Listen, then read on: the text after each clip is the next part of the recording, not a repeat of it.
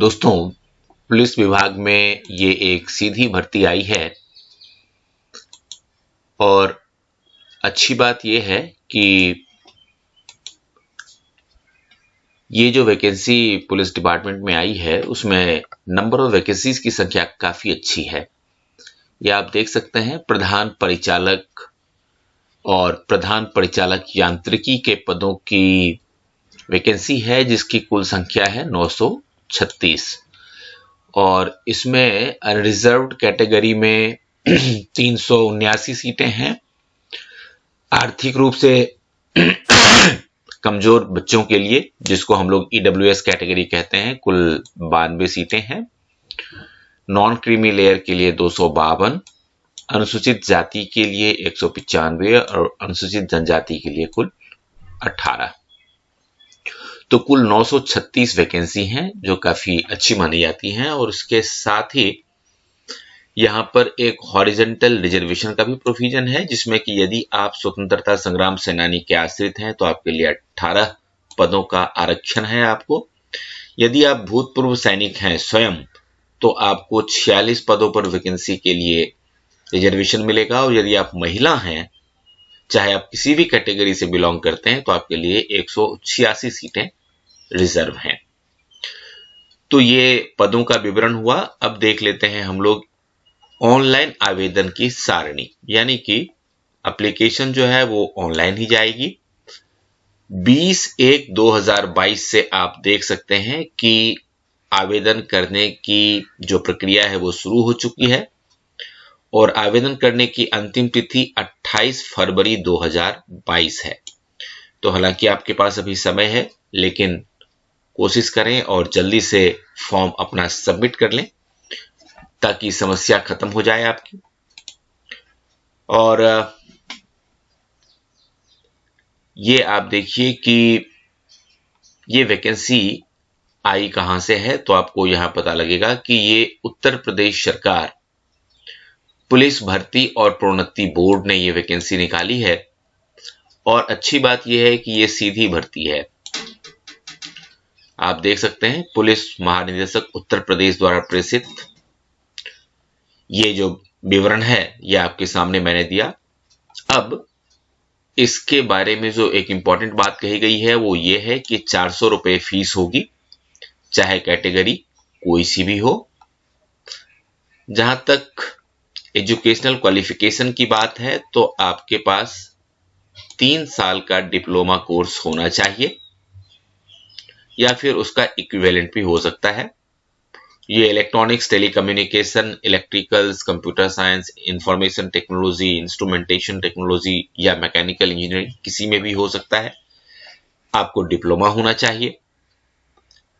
और जैसा मैंने बताया आपको, 28 फरवरी 2022 तक आप अप्लाई कर सकते हैं, ये लास्ट डेट है। और इसके साथ ही एज का जहां तक सवाल है तो ये देख लीजिए कि 1/7/2022 को आपकी उम्र 20 साल पूरी हो गई हो और अब आपकी उम्र 28 साल से अधिक नहीं हो। यानी कि 20 साल जिन कैंडिडेट्स ने पूरा कर लिया है और जिनकी उम्र 28 साल तक की है वही अप्लाई कर सकते हैं। यानी कि यदि आपका जन्म 1/7/2022 से लेकर 1/7/1994 के बीच हुआ है, 1/7/1994 से लेकर के 1/7/2002 के बाद आपका नहीं होना चाहिए जन्म तिथि। तो 20 साल से 28 साल की समय सीमा आयु के संदर्भ में है। और भर्ती की प्रक्रिया के बारे में कहा गया है, आप देख सकते हैं कि 400 अंकों का एक ऑनलाइन एग्जाम होगा। इसके लिए आपको कहीं जाने की जरूरत नहीं होगी। और ये आप देख सकते हैं, जिसमें कि सामान्य हिंदी 100 अंक का, विज्ञान या सामान्य ज्ञान 100 अंक का, संख्यात्मक एवं मानसिक योग्यता परीक्षा 100 अंक का होगा और मानसिक अभिरुचि, बुद्धि उपलब्धि, तार्किक परीक्षा 100 अंक का होगा। तो ये 400 अंकों का ऑनलाइन एग्जाम होगा ये एक इंपॉर्टेंट बात है आपके सिलेक्शन क्राइटेरिया के बारे में।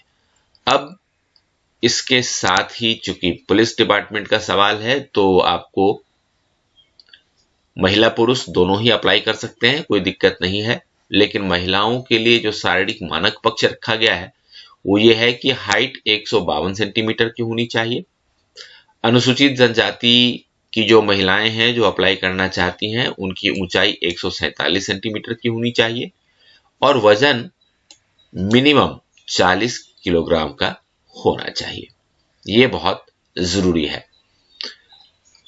अब इसके साथ ही इन्होंने ये बताया है कि ये श्रेष्ठता सूची बनाएंगे, यानी कि मेरिट लिस्ट बनाएंगे, और मेरिट लिस्ट के बाद जो लोग मेरिट लिस्ट में आएंगे उन सबका चिकित्सकीय परीक्षण होगा, यानी कि मेडिकल एग्जामिनेशन किया जाएगा और ये पुलिस भर्ती चिकित्सा परीक्षा प्रपत्र के अनुसार जो रिक्वायरमेंट्स हैं वो आपको फुलफिल करनी होंगी। उसी के हिसाब से आपका मेडिकल एग्जाम होगा और मेडिकल एग्जाम के बाद ही आपको फिट पाए जाने के बाद आपको नियुक्ति दी जाएगी। जहां तक आरक्षण और आयु सीमा में छूट का सवाल है, जिसको बहुत अच्छी तरह से समझ लें कि अनुसूचित जाति के लिए 21% का आरक्षण है और 5 वर्ष की छूट है आयु सीमा में। अनुसूचित जनजाति के लिए भी 5 साल की छूट है। अन्य पिछड़ा वर्ग यानी कि ईडब्ल्यूएस के लिए भी 5 साल की छूट है। तो यदि आपके पास अधिकतम आयु सीमा में छूट के लिए सर्टिफिकेट्स नहीं हैं तो समय पर बनवा लें, क्योंकि इसकी जरूरत आपको पड़ेगी जब आपका सिलेक्शन हो जाएगा। अब हम लोग देख लेते हैं कि किस तरह से हमें अप्लाई करना है। तो ये देखिए, ऑनलाइन अप्लाई करने की प्रक्रिया यहां बताई गई है कि सिर्फ ऑनलाइन आवेदन पद्धति ही होगी और इसके लिए ये देख सकते हैं आप यहां पर में कि बोर्ड की वेबसाइट भी दी गई है http://uppbpp.government.in और यहां पर में आप जाकर के ऑनलाइन रजिस्ट्रेशन आप अपना कर सकते हैं। ये जो रजिस्ट्रेशन है ये इसका पहला जो चरण होगा वो पंजीकरण का होगा, यानी कि रजिस्ट्रेशन का होगा। द्वितीय चरण में आपको अधिमानी अर्हता संबंधी जानकारी भरना होगा, शैक्षणिक जानकारी देनी होगी।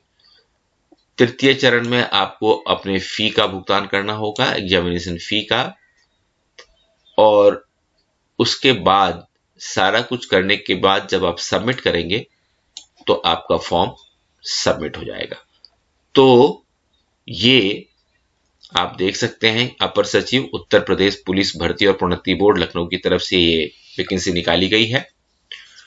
अब आपने जो इंपॉर्टेंट बातें थी इस वैकेंसी की वो समझ ली, तो जल्दी से आप इस चैनल को सब्सक्राइब कर लीजिए और इस